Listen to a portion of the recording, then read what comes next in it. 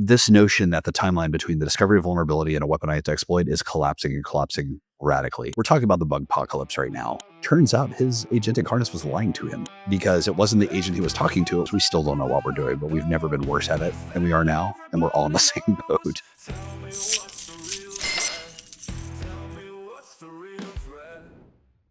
Most conversations about AI and security right now, well, they're focused on if AI is going to help defenders or if it's going to help the attackers more. In this episode, though, we're going to dig into the topic of incentives, and we'll talk about what happens when AI dramatically lowers the cost of finding vulnerabilities on both sides.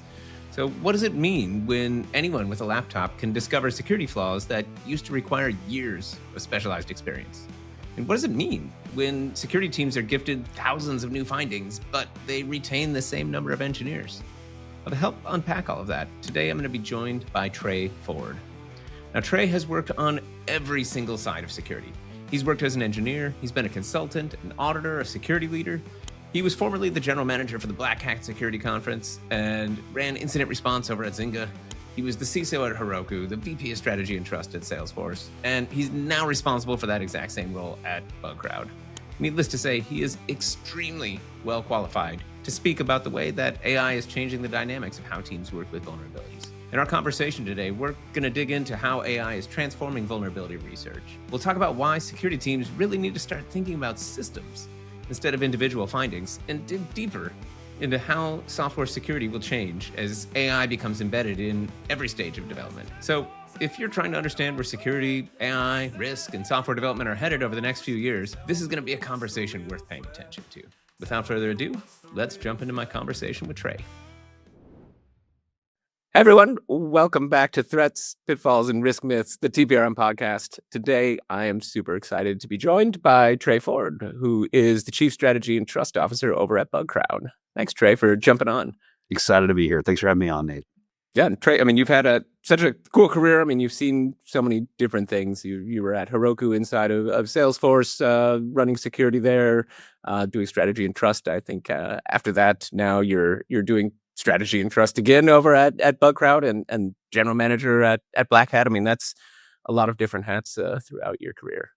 You know, it's fun. I've worked on both sides of the desk, both as a service provider. I'm a reformed PCI auditor. I was part of the early QDSP and QSA populace. I worked at White Hat and McAfee providing services. I was old school fishnet back in the day, but on the other side, getting to receive those services and deliver from the CISO seat security programs. I mean, ultimately, what we're trying to do is create value, goods and services, and create safety for folks. So excited to be here. Excited to be serving in the space. I think it's a noble calling. Yeah, well, definitely. And I think, now with the rate things are changing, you're in a very interesting role, right? Because at Bugcrowd, I mean, I've always been such a huge proponent of bounty programs more generally, just because, I mean, the incentive structure has always been very aligned with kind of what I'd be looking for, right? Like paying people to find actual things. But now that some of the friction, let's say, for finding vulnerabilities is going down, and bounty programs getting hit with a lot of the same sort of slop concerns that the rest of the internet is, it's definitely an interesting time. From your perspective, how is that changing? What do things look like? Because it's obviously very fast, unlike things we've seen in the past. I mean, what does it look like now versus 18 months ago? There's so many layers of questions behind that. That's a really great opening prompt. First, I think that the cost of developing the superpower of vulnerability research, the unit cost of that's gone down. It's burned in tokens. So whether, you've got a basic pro membership with one of the frontier models, or if you're running a local model and you've got some level of skills already, what I do see is a number of folks coming into the space that have never submitted bugs before. And so they're very excited to be doing this work. I think everyone goes into cybersecurity wanting to either be a defender or the sexy side. They want to be an attacker. They want to do the attack work. And so the cost of finding a vulnerability has gone down. The specialized missing ingredient is the ability to validate those vulnerabilities. Not every bug's a vulnerability. Not every vulnerability is easily reproducible. Not every reproducible vulnerability is exploitable. And on that continuum, what it takes to take a potential finding, to verify it, to validate it, and then create reproduction process or an exploit to prove it, proof of concept, or GTFO, I think was an old axiom that's become more true than ever. The Yeah, and is other that, I dyna- mean, are you seeing people adapt to that? Like, are the submitters kind of building the harnesses to do that? Or is it still like, you got to bounce a bunch of stuff back and be like, stop sending us garbage? Yes and yes. So I think the submitters are building harnesses, but the agents are running wild, right? So Yep. I've got a couple of blog posts that we've shipped over from Bugcrowd where at first we started applying rate limiting. And the idea was like, look, sharpen your stuff. Like we're expecting a level of professionalism. The North Star that I think guides everyone in this space is how do we make things more secure? That translates to how do we give very clean guidance to a developer on what this bug is. It is in fact a vulnerability, is in fact exploitable. Now you have what you need to figure out how to fix it, right? As it turns out, just simply telling a researcher you need to clarify this, the bots don't care. And so I'm not going to fault the human driving the bot army, but the bot army is like, oh, I can't submit this. I need to create another account. Boom. Now I've got a whole tranche of new submissions. Of course, that was so they the iterated answer. instamagically, and hackers are going to hack, right? That's part of the game. So we had a follow-on where we have now instituted ID verification. So vulnerability disclosure programs have a ball, but the financial relationship kind of establishes the bounds of a professional relationship. And so if you're submitting and expecting revenue, we're going to ask you to ID verify. What that does is help nullify the bot problem. It raises the cost. I mean, you can forge identities, like there's a process for all that, but it raises the cost. And I don't think folks are looking to purport fraud or commit felonies. But what we're trying to do is get folks to take positive control of their bot army and to do research that can be validated. And ultimately, we're trying to help companies get more secure. And so the North Star of give us meaningful findings, let's get it right. Sometimes they're really hard on our side to reproduce. Some of them require specialized skills. And so what it takes to reproduce those is really the crux now. Finding bugs has gotten very easy. Finding vulnerabilities, I'm going to argue, has gotten easier for a lot of classes. What it takes to reproduce and verify that vulnerability is really where the professionals are separating themselves. And is that something you see that would be like, would there be a centralized thing of like, I don't know, some open source harness type thing people are doing to like, hey, here's all the stuff I found, just tied into this, and it, pops out a nice packet. You can submit, or is this everybody's got their own thing going? That's the magic, right? So whether you want to think of it as skills or operating patterns, everyone has their prompt food that they're guiding. Like, look, here, like use my prompts, use my skills. I just did a podcast with Daniel Cuthbert on Raptor for Black Hat.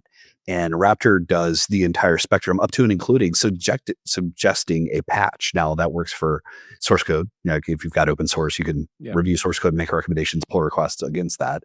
But we're moving to a chapter where if the code's available, we should be working to request patches, not just a reproducible bug. And so the rising tide may actually see force multiplication. Conversely, we're also entering an age where, vibe coding is real, but developers are no longer 10x or 100x developers. They're leaning on their AI counterparts to help write code. My hope is memory safe languages are more used, and the code coming out of the AI supported process is going to be increasingly more secure. But for open source projects, we need to be asking for pull requests and patches to be coming along with some of those submissions. I know you talked to a bunch of those folks that are working in that space. Is that something they're seeing, or is it also, they get the same slop packages where they're like, yeah, we can't accept this, and it just kind of bogs them down? So I'm going to say this without my formal Bugcrowd hat on, but this is not a chapter in history that I would want to be running a bounty program on my own. Like, here's the thing, Nate, if you're on your own and you're running a bounty program, it's you versus all the researchers and all the slop bots. Like it's you against the world. Whereas on a platform like ours, if Wile E. Coyote and Roadrunner are submitting their bot harness submissions, their batting average is going to affect the types of programs and projects we get to pull them into. And so they're personally accountable now for their performance. If you're on your own, you're dealing just with the volume and then ultimately sanctioning them. And if they create a new account or a new email address, like you've got to start from scratch all over, and you can't scale that way. So the durability of having a one-to-one relationship with, I know that was Nate Lee, I understand his submissions, he cares about his work. We're going to invite him to increasingly more interesting or specialized or better paying projects along the way. Mm-hmm. If you're on your own, you don't have any of those economic levers. You have none of those controls. Oh, I'd imagine unless you have a big company with lots of resources, you're just not going to accept submissions. Now you're running threat intel against your altruistic research population too, and that's a really difficult problem to solve. Yeah, and I guess this makes for an interesting role for you, being in charge of strategy, because it does seem like we have to rethink what are the incentives and how do we build the structures that let people still do what they're going to do, but knowing that, the whole Charlie Munger thing of show me incentives and I'll show you what people will do, like more true than ever here, because otherwise the incentive is throw as much stuff at the wall and see what sticks. I think the economic levers in the bounty space are going to evolve rapidly over the next, I'll say 3 years. That's probably too long. We're talking about the Bugpocalypse right now. We knew, I think, in our hearts that open source was not nearly as hardened and secure as it could have been. But the open source looking. Well, where's the money? I mean, the great Doc Holliday, I'll call it Doc Holliday's razor.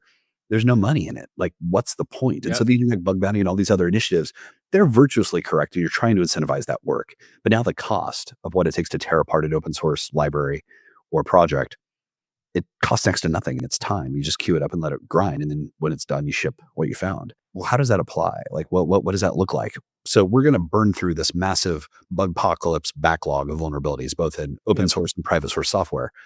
And on the other side of this, in theory, the code's going to be getting more secure as AI is going to rapidly learn faster than humans how to write better, safer, cleaner, more defensible code. Yep. So right now, as a CISO, wow, AI is finding more bugs. Hey, Nate, here's a whole tranche of additional cash to pay for bugs. Said no CFO to a CISO ever. That's not happening. So do you lower your bounty payouts to accommodate? Well, that's not incentivized. Like that's not the pattern you want to motivate. But on the other side, the bounties are going to have to go up because AI is going to drive down the unit economics of the classes of bugs they can find. And so you're going to need specialists with real deep expertise in specific areas that AI is not gifted in. And those bounty payouts are going to be a lot higher. So I think this is going to be a wildly fast moving game as the economics change over the next couple of years. Yeah, and I imagine you end up seeing kind of bounties, because these sort of standard things where you can look for, cross-site scripting or SQL injection or whatever, that'll be lower bounties because automation will catch all of that stuff. And syntactical injection-based attacks, like SQL injection, cross-site scripting, cross-site request forgery, all of your standard injection-based attacks, those are going to go down over time. And so the question is, how logic stuff. Business logic. I mean, like IDOR, the frontier models now understand IDOR. They understand even permissioning. I mean, back at White Hat Security, we were all excited because we had real strong session management. And it was real easy to script log in, log out a couple thousand times. And then let's start doing cryptanalysis on session tokens. Well, it turns out AI is really, really good at that. So then we start looking at really complex applications or large applications built from multitudes of microservices.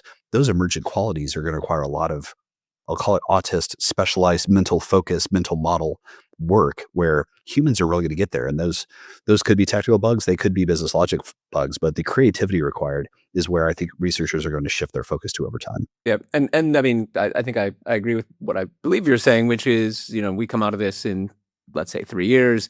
There's been a ton of bugs. Everybody is now sleep deprived and has been worked to the bone. But hey, we have more secure software because all that low-hanging fruit has finally been dealt with. I mean, is that sort of where you're thinking things are going? My hope is that's the case. Like I earnestly expect that to be the case. You've got two dynamic forces. One is the unit economics, the skills and the high dollar cost of research has gone down. The frontier labs have given people superpowers that took decades of experience for humans to develop, and now it's available for the cost of a subscription. Cool. Can you reproduce it? Folks are going to learn that. Like that's not difficult. And I think skills will evolve. And so AI will get better at partnering with the researcher to do that. Simultaneously, the folks writing the code or the technology writing the code is going to be augmented. And I think our testing harnesses are going to get better. And my hope is the code coming out will be higher quality. Where I think that's going to fall down will be like the Heroku platform was 300 microservices. You logged in Heroku to use Heroku to deliver, and we used Heroku to deliver this experience called Heroku. Yes. Well, that was 300 microservices, and the emergent behaviors, like the laws of complex theory, emergent qualities are fascinating. You can't test that in a singular pipeline. Sometimes that testing has to happen in prod just due to the confluence and size of that ecosystem. So what the humans are going to be toying with will be increasingly complex environments. Yeah, and that's interesting. I mean, I think, when I'm thinking back to my days, especially with lots of microservices, there was a big burst there where everyone wanted to build their own services, and then we all found out maybe that's less fun to maintain once you own them. When it comes to future programs, I mean, does it change anything fundamentally when it comes to? I assume you're going to have agents autonomously submitting stuff. I mean, is this now just there's some sort of, whether it's an MCP server or just APIs or something for submitting, and it kind of harnesses on both sides dealing with this. Where do you see that going? Well, I think AI actually helps everybody in this game, right? Whether you're doing the initial fingerprinting or program selection, whether you're doing focused research in specific areas or areas of passion or interest or professional specialization, on the reception and triage side, I also think it's more interesting from an ecosystem level. So if I am a product security or PCERT employee looking at my program overall, what are the trends? What are the patterns? What are the systemic or endemic patterns? What can I do from a platform or development or testing environment? This is what we used to deal with reference architectures or stored procedures, like the patterns that we tried to kill off entire classes on. Well, now I can start looking at my product portfolio, my surface area, and say, wow, this pattern's working, or this group is clearly deviated from a standard or practice or a use. How do we correct that? So I think it's going to allow us to think more systems level focus areas as opposed to chasing individual bugs incessantly. We can get off the hamster wheel of pain and start thinking about patterns. And I think that's ultimately going to help us mature as a practice. Yeah, I think that's, especially with, dealing with AI and AI writing code. I mean, that's one of the things that I see really often. I mean, you could try to say, hey, don't do that again. Don't do this again. Don't do that again. But you're just kind of whack-a-mole with stuff instead of stepping back and thinking about exactly what you said. Like, what are the patterns? What are the principles that are leading to this happening? How do we deal with that? I also think that opens diversity for the CISOs and the defenders as well, right? So we used to script things up, like, going way back in time, when I was doing security operations at Zynga, I mean, Farmville, Mafia Wars, all of those really important things that changed your life. We had a in-map scanner that all it did was scan our real estate and look for deviations from expected open ports. And that was a very, very important thing. Like SmartFox was terrifying, but like that, we had to keep track of it. Well, AI can automate all that. Okay, cool. We're not chasing individual specific problems. Well, as a CISO now, I have several modalities or resource groups. So I can have low cost review of my entire real estate. I can identify new parts of my estate that I wasn't aware of or security didn't see. So attack surface management, I think, should be built into platforms. Then simultaneously, I'm getting some level of testing done across the entire estate. Well, if my basic scanners are lighting up like a Christmas tree, my security team needs to take a harder look. If the bounties are lighting up specific areas, there's something there that's changed.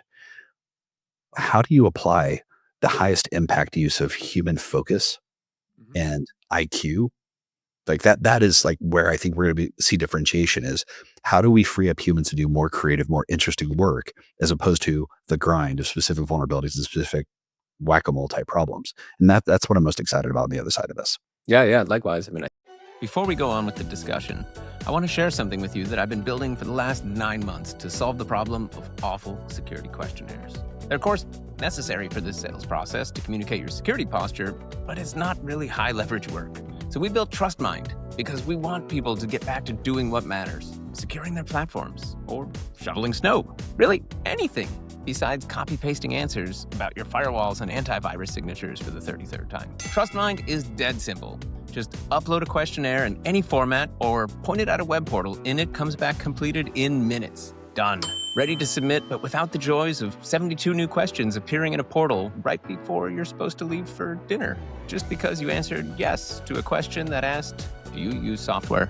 TrustMind is packed with advanced features like automated conflict detection, audit trails, adjustable tone, there's a voice mode, and even a customizable self-service portal for your customers to use, complete with a chat interface. TrustMind is built by and for practitioners from people who care about the user experience and who have done hundreds of these for the world's largest companies. We want to save everyone from the pain and agony of having to explain for the 3rd time this month why you don't have tape backups that need to be moved off-site.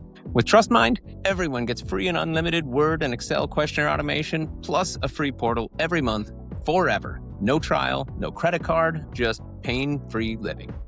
If this resonates with you or someone you know, head to trustmind.com and sign up for a free account now. All right, let's get back to the show. I mean, I think that really does become the question because there's a bunch of people who are afraid of AI is going to take our jobs or whatever, but I think it's really, it's going to make so much, like it's going to make it so that there's so much more interesting things you can focus on, but people need to kind of step up to that challenge, like you said, and think about the creativity because, if you're CISO at a Fortune 500 and somebody suddenly gets into the Mythos thing and you get some Mythos class tooling, although I think you can probably even do it with current models regardless of mythos or not.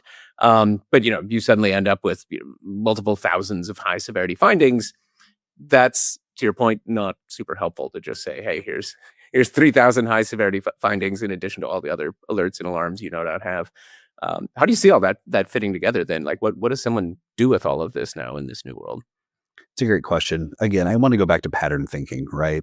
If we don't think in systems, we're going to have problems. We got to get out of the whack-a-mole behavioral pattern. There's some really exciting innovation happening from AI assisted development from a security standpoint. So it's not just using AI to write code, but how are we using AI to be the developer's security buddy?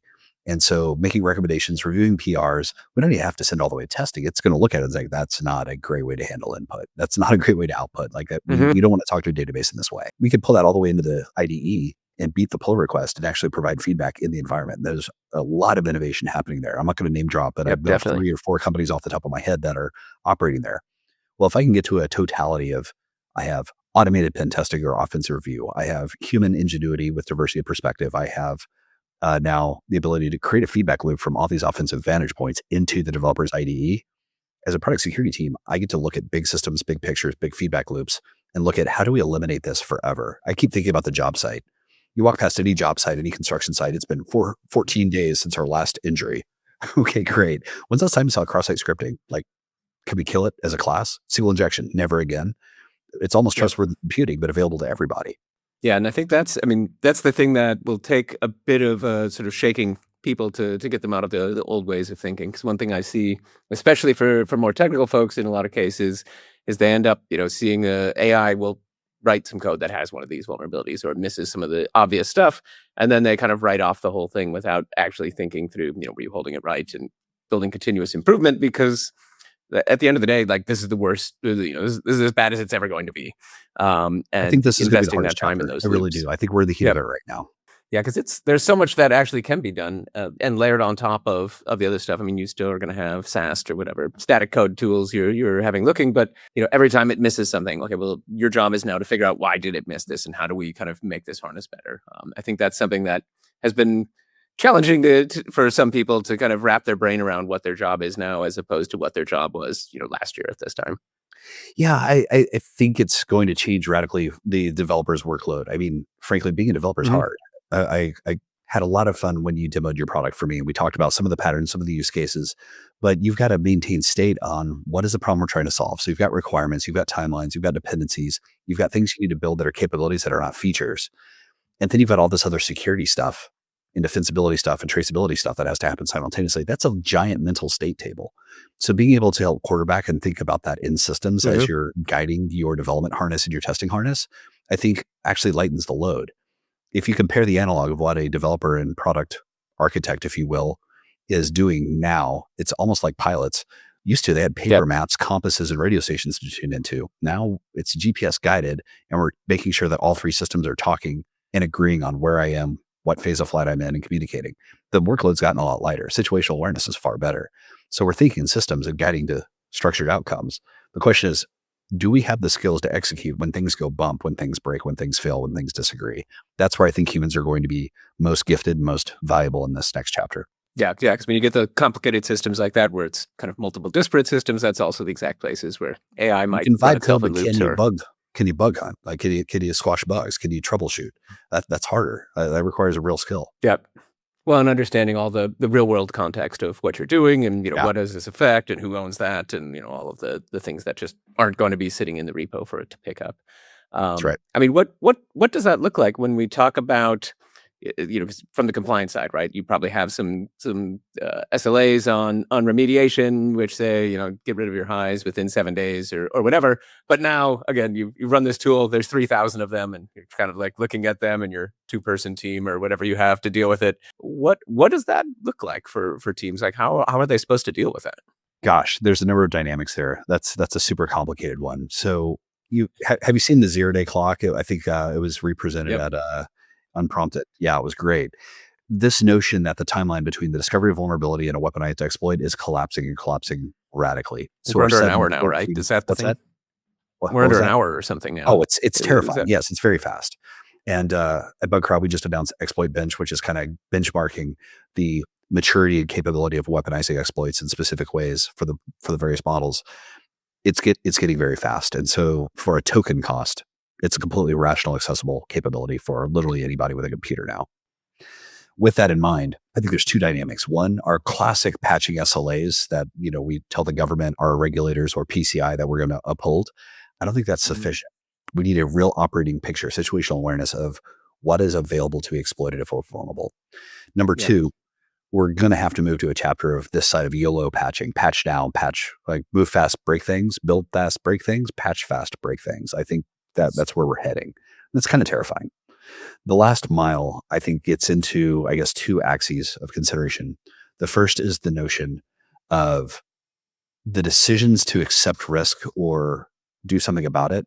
The totality of the circumstances to make that decision. A risk committee used to, you had an inventory of who was in a risk committee meeting, and you had a group of folks that made a decision. So there was decisions that came out of it, and that was the totality of your meeting minutes. Now risk committees are going to have unbelievable amounts of telemetry, the circumstances, the entire environment, posture, the vulnerabilities. We're going to have darn near forensic level visibility into what a risk committee decided, up to and including transcripts of the meetings, which never existed before.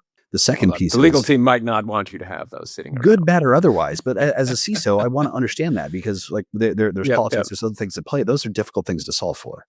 The second piece I think is important. We're also at a chapter where YOLO patching, AI-powered vibe patched, is possible, where you could literally tell a computer patch this and put a Band-Aid on it until an adult reviews it and creates a durable production-ready patch. But sometimes you have to close a vulnerability that fast. So I think there's a couple of dynamics that are going to feed into that ecosystem. Yeah, and I mean, when it comes to the patching quick, I mean, I totally agree with a lot of this stuff, especially like minor and patch versions. You can just kind of let it rip and apply those, and that seems reasonable if it's third-party libraries, and even first-party code if it's straightforward. I mean, I'd imagine with a reasonable harness that works well. It does get into, with the third-party software, the whole problem, all the supply chain attacks we see of like, oh, actually don't patch that fast. Correct. Maybe, Correct. Give it a day or two. What's your stance on that? Third-party patching is extra hard. It's extra hard. It's supposed to be easy. The patch is already there. Well, it's there, and you accidentally patched it, or you auto-patched it, or the fleet conversion just happened. Man, especially in the wake of a number of our third-party patches where Log4j, I think, had 4, 5, 6 patch revisions, like terrifying. So they're just trying to hit it, and that was whack-a-mole in action. Yeah, but like a lot of times you understand a vulnerability exists, but you have not been able to get all the way across the vulnerability, understand all the different nuances and all the different exploitable conditions. And so a correct patch, there's a point in time patch for what you saw, then there's the totality of the understanding of the vulnerability and patching it correctly. Man, that's hard. I think one of the questions goes back to that whole notion of there are bugs, some subsection of bugs or vulnerabilities, some subsection of those can be reproduced and some of those can be exploited. Are you using the vulnerable or exploitable parts of the library? Do you have to patch that? Like YOLO patching should apply if you know you're exploitable. Like we have to move fast in those cases, but how do you triage that? And at volume, this is a terrifyingly hard problem to solve. It's one people have been working on for a long time. It's not a solved space. No, and that's, I mean, I think that's one where it does seem like, whether it's policies or, expectations, because I see, questionnaires all the time where people are asking about, do you make sure everything's patched within, 48 hours or something? And I think there's going to be a gap between now where you're just getting this flood of stuff and you just can't deal with that. You just don't have capacity. And TPRM and insurance questionnaires are ugly that way though, right? Binary question, yes or no. Do you patch everything within your SLA?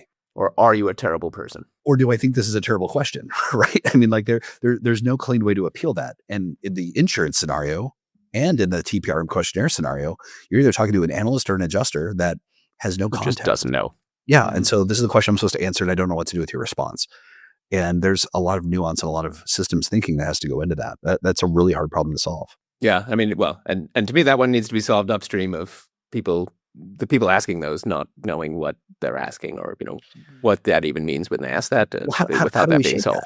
How do we shape that? I mean, right now it's a pull-based model. I'm going to send you my terrible hipster-approved questionnaire that you've never seen before, asking questions no one's ever asked because we're great. What if we were publishing and giving you the ability to go grok that and pull it in? I mean, ultimately, I would love a trust dashboard, and there's some options out there, but I've always dreamed of us publishing as an industry.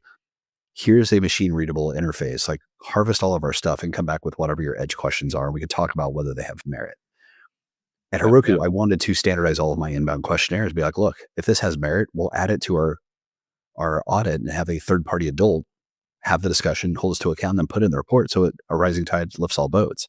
Instead, it's still a tax. It slows us all down. I don't think it's mutually beneficial. Oh, it's not beneficial to No, anyone. it's I mean, not. I think that really does, because you end up soaking up a bunch of time from people that could be hardening the platform you're about to use, and instead they're kind of Parasitic reformatting drag things as a disservice. It's great. Yeah, that's one. I think there's an entire separate topic there on how to think about fixing that, I'm sure. But yeah, anyone who's dealt with that on the receiving end is I'm sure more than aware enough. Mission. It is, but not always helpful. Absolutely. So when it comes now, like especially for larger enterprises who maybe traditionally haven't been moving, like the kind of a modern SaaS company where they're just ripping through stuff and deploying multiple times, an hour or whatever it might be. I mean, what does that bottleneck end up looking like? Is it now triage? Is it just engineering capacity and the engineers are fully loaded? And now you're throwing more stuff at them, waiting for change windows. I mean, the coordination stuff. Where do you see the friction happening there? I go back to the academic lens. So from an economic standpoint, most super mature enterprises have an SLO budget, right? And so they had some allocation, 10, 12, 15% for bug fixes or corrections for security investment. That was back before the dynamics of finding vulnerabilities changed and the cost of finding vulnerabilities changed and the accountability of our existing tech debt, vulnerability debt was not being realized. But now we're reckoning with it. And so I think part of that goes back to allocation saying, listen, our code's not as amazing as we thought it was, or at least you thought it was. And so we might have to reallocate, and maybe 12 or 15% is enough. Maybe it needs to be 40 or 50% for a minute. Like, we're going to have production issues if people start exploiting this. And I hate to go fluffy, but I think this is a philosophical shift. There's a lot of organizations where engineering builds something, they throw it over, production engineering gets it ready, and then production ops runs it. And there are other organizations that have a total ownership model. I spoke with the product manager. I wrote a feature or a capability that turned into a feature. We tested it. My team approved it. Pull request blessed. It passed everything. We deployed it. And when it blows up or when there's an issue, my team gets paged out for it. And if Trey is the horrible developer writing all the crappy code that's causing vulnerabilities or production issues, Trey's team's getting paged out and the team's going to deal with Trey. And the total ownership model is where I think this is ultimately going to be solved. So philosophically speaking, I think individual accountability and belly buttons, being able to say, no, this is yours. You need to own it. And what we agreed upon in our error budget or our security budget for allocation of time needs to swing until we get things cleaned up. But I think house cleaning's going to need done. Yeah, I mean, I think that it goes back to what we were talking about with incentives. So just making sure that's incentivized. The incentive structure is set up properly, because otherwise, if it's someone else's problem, then no one's ever going to care. But when you get paged at 2 a.m. for your problems, you tend to be more mindful. Well, the CFO looks at engineering as R&D. And so they are revenue generating. They're tied to, like, they're getting tax breaks on the R&D, and they're writing features that turn into revenue and ARR. And that's a great thing. We've never paused and said, okay, can we quantify and score the amount of technical debt that we're incurring, and what does that mean over time? And at this point, we're starting to reckon with what the cost of that technical and security debt is in this moment. And so that economic conversation, I don't think has been had in public, but it's going to have to be had. And what advice do you have for people? Because I think that's exactly 1,000% right. Like, what advice do you have for people? Because it's a hard discussion to have, right? Because exactly like you said, like, how do you quantify this? Anybody, you throw a number, whether it's 10% or 20 or 50, 25%, people can just poo-poo on your number and kind of toss it aside. But it doesn't matter specifically what that number is. We know in general trends, it's going from here to here, and this is sort of the cost. I would go to the CFO and have a conversation about how they think about it, because at Heroku, we had this frame. It was 3 steps. We turned caffeine into code and code into revenue. And the total ownership model worked there because when there was an issue, I would page out the team, and whoever was on call would take that on. And if it was Trey that was always writing the crap code, Trey would be dealt with. He'd be trained, or he'd be promoted to do opportunities at other places. And that was fun. But talking to the CFO, thinking about how we're amateurizing and carving off the cost of R&D and the tax incentives for R&D, there's still a debt aspect that we have to be aware of. And I would like to know how the CFO thinks about it to help inform how we negotiate for that budget. If only 12% of engineering's time was set aside for patching, for break fix, for those sorts of things, we might have to make a temporary adjustment that may run, 4, 6, 12, 16 quarters as we burn off some of this debt that's coming due. We assumed it was in there. We have some tools that told us it was in there, but we accepted it. But who gets to accept that? And who owns the bag if we get called to account for it? Yeah, because I think in a lot of organizations, they're like, well, security does, obviously, but that really isn't what's going on here. I mean, it should be, you're surfacing this and kind My of, teams don't write here's the the code. My trade-off teams we're don't patch making. the code. No, my job's to call Yep. balls and strikes. My job's to read the weather report, so we're ready for it. Like that's our job. We're informing risk trade-off. Yep. And I think that's going to be one where, just making sure it gets put in front of folks in the right way of like, hey, this is just debt we've been taking on and we sort of knew we were, but it wasn't a big deal before all of this AI stuff because just the cost of exploit was too high. Like no, the laws of physics have changed. We have to adapt. Yeah, all the way. That's a great analogy. Yeah, and I think it's definitely important to kind of go take this to the finance side because it does affect. I mean, it's a financial decision. I mean, there's a lot of time and resources that are going to need to be spent to sort of adjust to the new reality. Yep. Our expertise is in technical risk management. And so our job is to try to adapt and try to help inform and to cultivate that tension. I hate to say this goes back to the risk committee, but the CFO needs to have a party there, needs to have a voice there. And I'd be looking to them for coaching on how to think about this, because if our mission is to protect the generation of goods and services, which drives revenue and shareholder value, how do we inform that risk trade-off? And there's a financial aspect that the laws of physics have changed. And so how we think about what we've inherited, what we've created, what's being called due is now real because the cost of that research has gone to zero. I mean, tokens are free, but if someone else is paying to find them, they kind of is. No, I mean, I think I like the idea of just going in for, asking the CFO to help coach you on how to approach this upwards because, I mean, one, they're going to have great insights, but also having them part of that conversation, as in coaching you ends up really helping them buy into the argument more generally because now they've our job's to help frame it. Tension. That's right. It's a partnership and we're making business decisions and we don't make that call. The risk committee does. Our job's to inform and guide and then do the best we can with what we've been given. Yep. And I guess maybe stepping now over to just AI more generally, because I'll assume your teams are all very happily using AI and trying to figure out new cases and all the AIs, they're throwing tokens around, just trying to win awards for burning as many as possible. I mean, how's that going for you just more generally? Because one of the things I see often is, there's folks who just sort of, like we see it with the self-driving Waymos, right? Like they crash 1/10 of as often as a human does, but then they like bump into something and then everyone's calling for them to be off the streets. And I see sort of a similar thing sometimes with AI tooling. Is that something that you end up seeing, and like how are your teams sort of adopting and sort of adapting? There's so many moving pieces to that question. Every time you look at a tool or a technology, you're asking the question fit for purpose. And what's neat about AI is it's somewhere between a Leatherman or a Swiss Army knife. Yeah. It can do a lot of things and do it very well. The question is, where are we creating value? Where are we improving? Where are we improving efficiency? And where are we creating leverage? And so is it creating leverage against us or are we creating leverage with it? On triage, we've been using AI in our triage process for a long time. We just haven't talked about it publicly. And, that's probably a miss. We should probably talk a lot more about that. There's mountains of work where we're building RLs to help train things. And, does that feel like we're competing with ourselves or not? There's a bunch of research and R&D happening. All of our teams want to use it. I don't think we're using it enough. And then you take a look at Microsoft and Uber that just announced they're freezing. They've burned out their budget for the year already, 40% into the year. How are we doing this in a thoughtful way? Are we prioritizing effectively? Are we aiming our investments in a way that's not just personal R&D and development, but achieving business outcomes? And I think that's the trade-off we're all wrestling with and trying to be thoughtful with our play with these tokens because they aren't free. And I think the last piece that we should push to is, if you look at OpenAI and Anthropic, they're not operating at a profit and they're not public.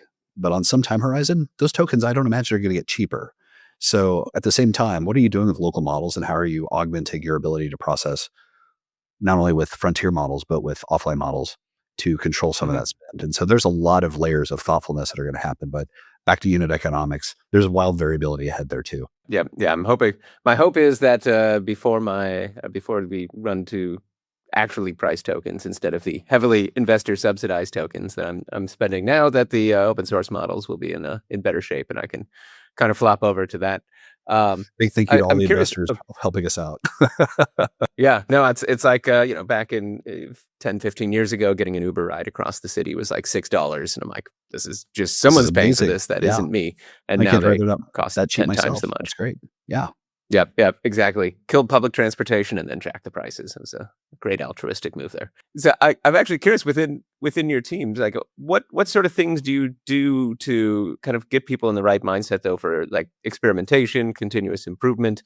Like where do you see the biggest benefits for internal security teams? Gosh, so many moving pieces. So internal security teams, I think the biggest question is, how are we managing selection and recency bias as we're using models? Mhm. So if I go back in time, so I don't know, this would be, say, 2009. You remember when FireEye first came out? And so Yeah. everyone was installing span ports and looking for C2 callouts. And we got really good at chasing down Skype, which had an amazing API for phoning out. But what that turned into was SOC teams fully devoted on hunting down C2. And we stopped doing a lot of other rudimentary basics. And so as we're Mhm. building AI tools and harnesses, the selection bias population of things we're focused on tends to narrow very, very quickly. And so critical thinking as we're thinking about fit for purpose and what are we missing are two very different vantage points we have to use as we look at any new tool or any new technology. So your AI SOC is going to be looking for alerts that are specialized in specific things that signatures have been developed on. But what are we blind to? What's it not paying attention to? And what do we need to pour Mhm. energy into? Big, big differences. In the bug bounty community, AI is doing really great research in a handful of great areas, but it may be missing one of seven, three of seven nuances or classes, subclasses of that vulnerability family. But in the marketing, it's a box ticked. So how are we making sure we're not artificially or willfully ignorant and blind because of the use of these tools? In terms of creating value for the business, we're using non-deterministic thought partners. And so they're creative, they're helpful. I'm not going to say they're always lying to us, but they want to be helpful. How are we Yep. making sure we can check our work or trace back to what was done? There was a recent engagement where we were doing a bug bash, super fun. And one of the groups was using fully autonomous bot powered, like they had agentic work happening. There was the question, hey, who did this? Wasn't me. Hey, agentic guy, wasn't me. I checked, I asked. Turns out his agentic harness was lying to him because it wasn't the agent he was talking to. It was one of the sub agents that didn't report back. And just didn't know. And so it's not willful ignorance or neglect. It's just a function of autonomy and lack of traceability. And so there are really deep layers of traceability that we've got to be thinking through as we do this. And for non-deterministic outcomes, makes troubleshooting and tracing hard. So How do you balance that for your teams? Like, because they're building stuff and you want them to be doing, like, if someone can build a thing that's, finding all these bugs and fixing them quickly, that's great. How do you balance the sort of agility of someone coming up with that with exactly what you said, right? Like traceability and, resilience, all the stuff you probably want to have if this is going to be a real tool. you're asking me questions, go over people That that are are in smarter flight. than I am, that are doing the thing. And I think part of the challenge is there's a lot of things we're doing that we haven't announced. So I don't want to get myself in trouble by Sure. speaking about things we're doing. But I think thoughtful, challenging or conscientious objector as we're working through ideation and success criteria and outcomes, and having great customers that want to work with us in joint development projects where we're doing work and getting candid feedback, and then being asked the question that wouldn't have happened in a test harness or a test environment or calibration workflow. How did this happen? Or what was this? Or who did this? And realizing we have blind spots. And so making sure we have external objectors that are pushing back and helping us clarify that. I think intellectual honesty and candor and safety for feedback loops is so important in that. So you've got to have thought partners that are challenging your thinking. And so it sounds like you guys are sort of operationalizing this then and making it part of. Oh, we got a lot going on. We got a lot cooking. Yeah. It's an exciting time. I can only imagine. For like internal stuff, how are you personally balancing in the CISO, like as far as internally again? Because I think one of the challenges I see a lot of people having is everybody wants to use all of the different AI tools that are available to them, whether it's in security or not. You probably have CEO and board saying everyone should be using more AI and be more productive. And then, the poor security team sitting there and everybody's trying to integrate and connect all of this stuff all over the place. How do you think about that balance just more broad? Like, what are sort of the trade-offs and visibility things you look for? Yeah, I think visibility is critical. So I was talking to Nick. He's our CISO here at Bugcrowd this morning. And one of the challenges truly is visibility. There's some really great startups focused on end-to-end visibility, traceability, usage. But one of the other challenges we wrestle with, I think I personally wrestle with in my use of AI. All right, so I'm going to wire something up to my Google Apps. I'm happy with it reading my email. I'm not really happy with it reading email. Well, for example, read my email, don't respond, but give me a draft and take nothing further. I'm trusting an agent to follow my guardrails. I don't have OAuth tokens or scoped boundaries that say you can read or you can pose, but you can't send. I mean, the level of atomic permissions and controls are missing in all of our permission specs. Yep. Can I chain a agent or an API to a user where I knew it was the agent, not the user? Like, how do I get traceability in any of these decisions? Like, I don't think any of our specs are built that way. This is a global problem that I think we're all wrestling with. Everyone wants to use this stuff. We want them to use this stuff, but we've got to find a way for us to be able to run a business around it as well. Yeah, and that's extremely challenging because we worked so hard to be no longer the Department of No, and now everybody's just like kind of get a twitch when people are like, "Hey, I'm going to connect this thing to this thing and this thing." But there are not great answers on a lot of these things, and so either you jump in with both feet and pray for the best, or hope isn't a strategy. It doesn't pass audits, and so these are hard questions to answer, but we're all working towards that together. Yeah, I mean that's one I think it's definitely requiring a lot of extra coordination. I mean, we should hopefully be doing this already, but extra coordination across the business and the executive team and the risk committee of like, and hey, where's here's the what budget we're come enabling. From? Yeah. Here's what this does involve taking on, a level of risk that maybe we wouldn't have been comfortable with or still aren't. But that's sort of the trade-off with where we're at. And I think it's definitely putting security teams in maybe not an awkward position, but it's sort of the position where you don't want to be friction. You don't want to be sort of the one who's telling people they can't use productivity tools, but at the same time, you're trying to keep the business safe and actually protect it. You've got to find small wins. You got to find outcomes, and you're weighing out what is the value we're capturing, what are we trying to achieve. And as you build those things, my hope is there's a arms race of technologies happening that are helping. Thankfully, they're all expensive, and so we have to come up with budget for that, and that's always fun for all CISOs. Yeah, exactly. I mean, but for you, like you have like, how do you, when you're thinking about like early wins and getting just some small wins to build off of, I mean, how do you make sure those get the visibility that helps and make sure that because you're experimenting, some of the stuff, isn't going to turn out or maybe worse, causes problems? How do you kind of set the stage so that doesn't end up, kind of putting the entire effort in a bad light? So the risk committee has pulled forward effectively voluntold folks like, hey, you're going to be our champion for that group. Like, well, let's work through this. And so you're working in unit cases, and rather than battling an entire department, you're working with someone to come back with reference patterns on like, look, we can use it for these cases, use it in this way.